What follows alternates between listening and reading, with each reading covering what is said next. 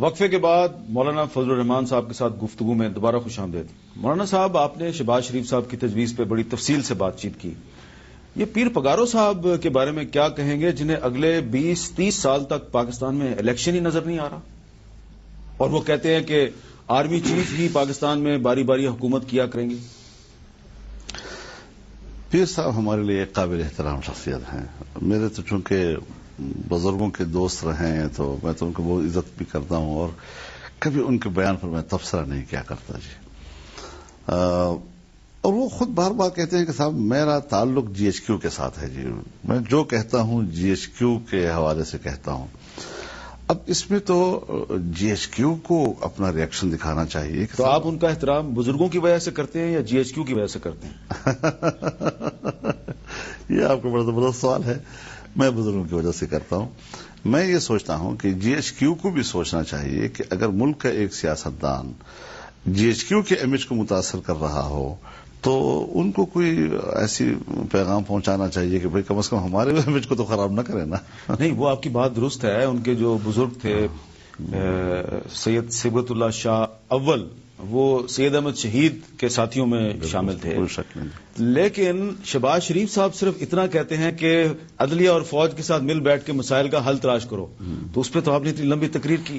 اور پیر صاحب کہتے ہیں کہ اگلے 20 سال تک مجھے الیکشن نظر نہیں آ رہا، اور آپ کہتے ہیں میں بزرگوں کا احترام کرتا ہوں۔ چونکہ اس حوالے سے ان کے بہت سے بیانات 20-30 سال سے ہم سن رہے ہیں، اور وہ اسی طرح کی ہوتی ہیں جی۔ اچھا، لیکن ملک کا نظام اپنے فطری سفر پہ رواں دواں رہتا ہے، تو اس لیے پھر میرے لیے بڑا مشکل ہوتا ہے کہ میں ان کے بیانات پہ تبصرہ کروں اور فرائے دوں۔ شہباز شریف سے چونکہ ایک سنجیدہ سیاستدان ہیں، اس کی پارٹی کا ایک بڑا سنجیدہ رول ہے، تو یہ اچھا ہوتا ہے تو کہ دوسرے الفاظ میں پیر پگارو ایک غیر سنجیدہ سیاستدان ہے۔ یار آپ مفہوم مخالف تو معتبر ہی نہیں ہوتا نا جی۔ ہم تو حنفی لوگ ہیں، امام ابو حنیفہ فرماتے ہیں کہ کسی بھی مسئلے کا مفہوم مخالف کا بھی معتبر نہیں ہوتا۔ آپ کے دوست الطاف حسین صاحب، انہوں نے پچھلے دنوں بڑی وضاحت کے ساتھ لیبیا اور مصر اور تیونس کی صورتحال کو سامنے رکھتے ہوئے انہوں نے پاکستانی فوج کے محب وطن جرنیلوں سے یہ اپیل کی ہے کہ پاکستان میں غریب انقلاب لانا چاہتے ہیں تو ان غریبوں کی مدد کریں آپ بھی انقلاب لانے کے لیے۔ تو اس جو ان کی انقلاب کی فلسفی ہے، اس پہ آپ کیا کہیں گے؟ الطاف حسین صاحب کا مجھے بڑا احترام بھی ہے، لیکن بصد احترام اختلاف رائے کا بھی مجھے حق حاصل ہے۔ پاکستان میں نہ مصر جیسے حالات ہیں، نہ مشرق وسطیٰ کی صورتحال ہے۔ یہاں ایک کھلا ڈلا ماحول اس حوالے سے ہے کہ اگر لوگوں کو حکومت سے کوئی شکایت ہوتی ہے تو فوری طور پر اپنا رد عمل بھی دے سکتے ہیں، اپنی بات منوا بھی لیتے ہیں۔ پارلیمنٹ موجود ہے، حزب اختلاف موجود ہے، جلسوں کی آزادی ہے، جلوسوں کی آزادی ہے، الیکشن ہو جاتے ہیں، تبدیلیاں آ جاتی ہیں۔ وہ کلچر جو مشرق وسطیٰ میں 30-40 سال سے 50 سال سے ڈیولپ ہوا ہے، وہ یہاں نہیں ہے، اس سے کوئی مطابقت ہماری نہیں ہے۔ اب رہی بات جی کہ انقلاب کی بات کرنا، اب مجھے لگتا نہیں ہے کہ انہوں نے ایسی بات کس لیے کی ہے، ضرورت کیا ہے اس کی جی، کیسی تبدیلی وہ چاہتے ہیں۔ کوئی نظریاتی تبدیلی ہونی چاہیے نا جی۔ جب ہم بات کرتے ہیں جاگیرداری اور سرمایہ داری کی، تو یہ ایک مخصوص طبقے تک محدود نہیں ہے یہ لفظ، بلکہ یہ ایک وسیع نظریے کا نام ہے۔ اور جب دنیا میں اشتراکیت اور سرمایہ داریت کا تقابل ہوتا تھا تو مغربی دنیا جو ہے وہ سرمایہ داریت اور جاگیرداریت کی نظریے کی قیادت کرتی ہوئی نظر آتی تھی، اور کسی زمانے میں فرنگی سامراج اس کی قیادت کرتا تھا جس کی ہندوستان پر حکومت تھی، اور ہم کہتے ہیں کہ جی ہاں وہ جو جاگیرداری پیدا ہوئی ہے اس نظام سے جنم پائی ہے۔ اور یہ کہنا جی کہ جاگیردار اور متوسط طبقہ جی، تو یہ جو جاگیردار تھے یہاں پر یہ بھی پہلے متوسط تھے جی، لیکن جب ہندوستان کی آزادی کی جدوجہد میں انہوں نے انگریز سے وفاداری کا فیصلہ کیا تو اس کے بدلے میں نوازے گئے، اور بعد میں پھر یہ ایک طبقہ وجود میں آیا جی۔ لہٰذا اس وقت دیکھنا یہ ہے کہ اگر ایک شخص امریکہ کا ساتھی ہے، ایک شخص برطانیہ کی گود میں ہے، اس کی پناہ میں ہے، اور اس نظریے کی جو قیادت ہے اس کے سائے میں اس وقت وہ سیاسی زندگی گزار رہا ہے، تو کیسے یہ کہا جا سکتا ہے کہ وہ کوئی انقلاب کی بات کر سکتے ہیں؟ کہیں ایک طبقے کو اس کی بالادستی کو ختم کر کے اسی طبقے کی جگہ لینے کی کوشش نظر آ سکتی ہے. ہم تو جمعیت علماء کے لوگ ہیں. جمعیت علماء اسلام نے سن 70 میں آغاز کیا اپنی سیاست کا، اور آپ اس کے آغاز میں کوئی خونریزی نہیں دیکھ سکتے جی، کوئی جنگ بندوق کی نہیں دیکھ سکتے جی، اور پھر آج تک اس کی وہی منہج وہی نہج برقرار ہے، اس میں کوئی تبدیلی نہیں آئی ہے.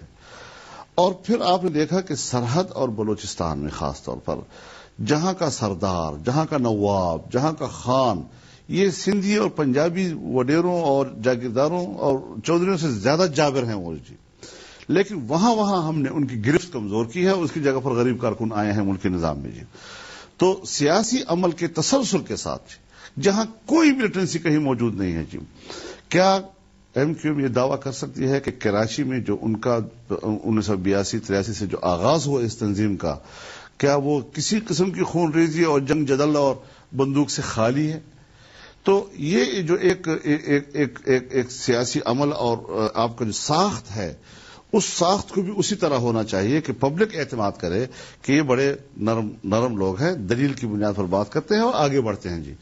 تو اس حوالے سے پہلے تو اس صف سے وہ باہر نکل آئیں کہ جس صف میں کسی وقت یہی متوسط طبقہ انگریز کا وفادار بن کر کھڑا تھا. آج اگر وہ امریکہ اور برطانیہ کی دنیا میں اور اس وقت کی جو دنیا میں نظریاتی تقسیم آ گئی ہے، اس لکیر کے اس پر ان کے ساتھ کھڑے ہیں، تو پھر یہ غریب آدمی کو اعتماد نہیں دلایا جا سکتا کہ آپ واقعتاً ہمیں اس نظریے سے آزادی دلانا چاہتے ہیں، آپ ہمیں اس نظام سے. اور اگر صرف اتنی محدود بات ہے کہ الیکشن ہوں گے، جمہوریت آئے گی، تو پھر خدا نخواستہ کہیں مسلم لیگ نون متبادل کے طور پر کیوں نہ آ جائے گی، اس سے ہمارے ذرا تلخ تعلقات ہیں، اس سے اچھا ہے کہ فوج آ جائے، ختم کرو مسئلے کو جی. اچھا، یعنی کہ آپ یہ سمجھتے ہیں کہ الطاف حسین صاحب نے صرف مسلم لیگ نون کو اقتدار میں آنے سے روکنے کے لیے فوج کی بات کی؟ یعنی میری ایک کمزور رائے ہے، میں کوئی طاقتور رائے نہیں کہتے. لیکن آپ کو ایسا لگتا ہے کہ انقلاب کے لیے فوجی جرنیلوں کو آواز نہیں دینی چاہیے؟ فوجی جرنیلوں کا آنا انقلاب ہے ہی نہیں. ٹھیک ہے، ظالم کی جگہ ظالم آ جائے تو اس کو انقلاب نہیں کہتے. تو پاکستان میں اگر غلط نظام کی جگہ غلط نظام آتا ہے، غلط نظریے کی جگہ غلط نظریہ آتا ہے، غلط سسٹم کی جگہ غلط سسٹم آتا ہے، اس کو کبھی انقلاب کہتے ہیں. تو اس حوالے سے ہمارے ہاں تو یہ ہے جی کہ اگر ڈاکٹر کسی مریض کا علاج کرتے کرتے ناکام ہو جاتا ہے تو پھر اگلا بھی کوئی ڈاکٹر ہی بلایا جاتا ہے نا جی. یہ تو نہیں کہ آپ کسی کو اس کے بعد قصاب کے حوالے کر دیں اس کو جی.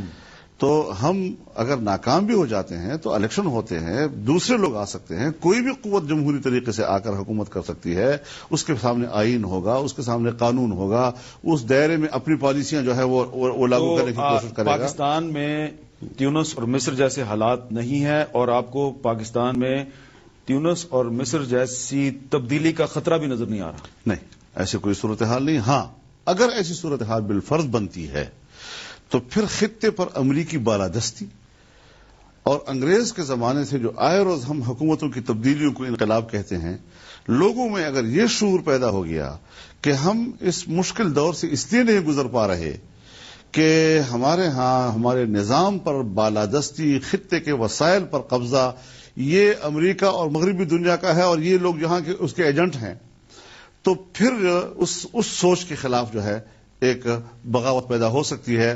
اس لیے دنیا کو آزاد کر دیا جائے، اور یہ جو ایک چند بڑے ممالک پوری دنیا کی سیاست پر قابض ہیں، وسائل پہ قابض ہیں، معیشت پہ قابض ہیں، کلچر پہ قابض ہونا چاہتے ہیں، ان کو اپنے ان عزائم سے دستبردار ہو جائے. یہاں پہ ایک سوال، لیبیا کے جو صدر قذافی ہیں ان کے ساتھ آپ کے بڑے درینہ سیاسی تعلقات ہیں. انہوں نے پچھلے دنوں اپنے جو حامی ہیں ان سے یہ کہا کہ باغیوں کو چوہوں کی طرح کچل دو، ورنہ تمہارے ملک میں افغانستان اور پاکستان جیسے حالات پیدا ہو جائیں گے.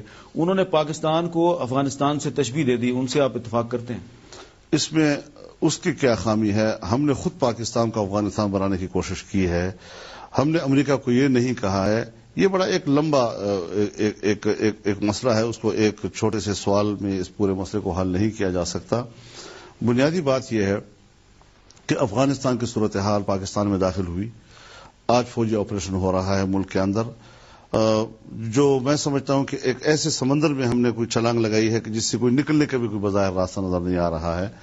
اور خود امریکہ کو افغانستان میں چھلانگ لگانے ہوئے 10 سال گزر گئے ہیں، اور ان سے لوگ سوال کرتے ہیں کہ وہ دہشت گردی جس کے خلاف آپ اتنی بڑی لاؤ لشکر کے ساتھ آئے، وہ دہشت گردی ختم ہو گئی ہے، اس میں کوئی کمی آئی ہے، یا اس کے برعکس ہو گیا کہ دہشت گردی بڑھ بھی گئی، اس کی شدت میں بھی اضافہ، اس کی وسعت میں بھی اضافہ.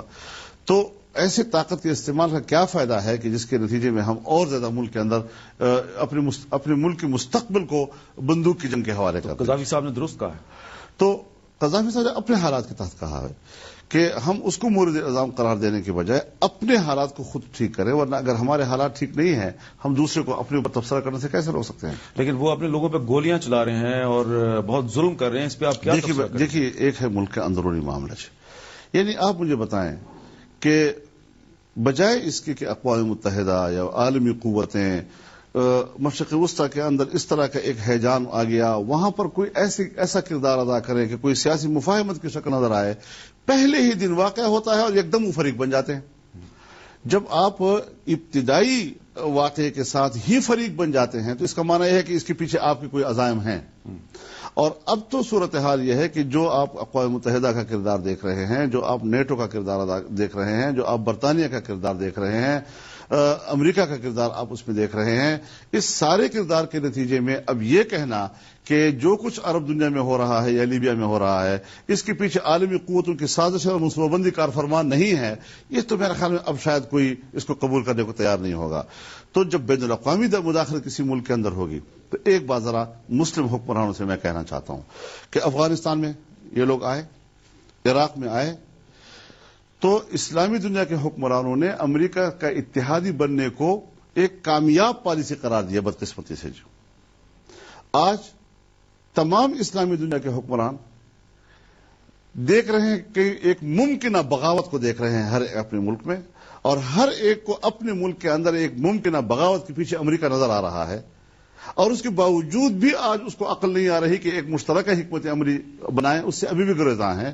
میں سمجھتا ہوں کہ اگر میری آواز ان تک پہنچ سکتی ہے تو کم از کم اسلامی دنیا اس وقت ترکی کی پیروی تو کرے، جنہوں نے ایک سٹینڈ لے لیا ہے. ورنہ یہ ساری صورتحال جو ہے حضرت عوام کی نہیں ہے، عوام کا نام لیا جا رہا ہے. حضرت یہ سب کچھ عرب کے تیل پر براہ راست قبضہ آپ کہہ رہے ہیں ترکی کی پیروی کرو، لیکن ترکی میں جو تبدیلی ہے، جو انقلاب ہے، وہ ووٹ کے ذریعہ ہے. ووٹ کے ذریعہ، ٹھیک ہے. تو آپ پوری اسلامی دنیا کو کہہ رہے ہیں کہ ترکی کا ماڈل جو ہے اس کو اختیار کریں. ہم خود جمہوریت کے قائل ہیں، ہم پاکستان میں جمہوری تبدیلی جب مجھے اپنے لیے پسند کرتا ہوں دنیا کے لیے کیوں پسند نہیں کروں گا؟ واہ جی واہ. مولانا فضل الرحمان صاحب نے بڑی اہم بات کی ہے. پوری اسلامی دنیا کو یہ پیغام دے رہے ہیں اور ان ممالک کو بھی پیغام دے رہے ہیں جہاں پہ بادشاہتے ہیں کہ خدا کے لیے ترکی کو اپنا رول ماڈل بناؤ. کچھ سوالات باقی ہیں، وقفہ لیتے ہیں، وقفے کے بعد دوبارہ ملتے ہیں.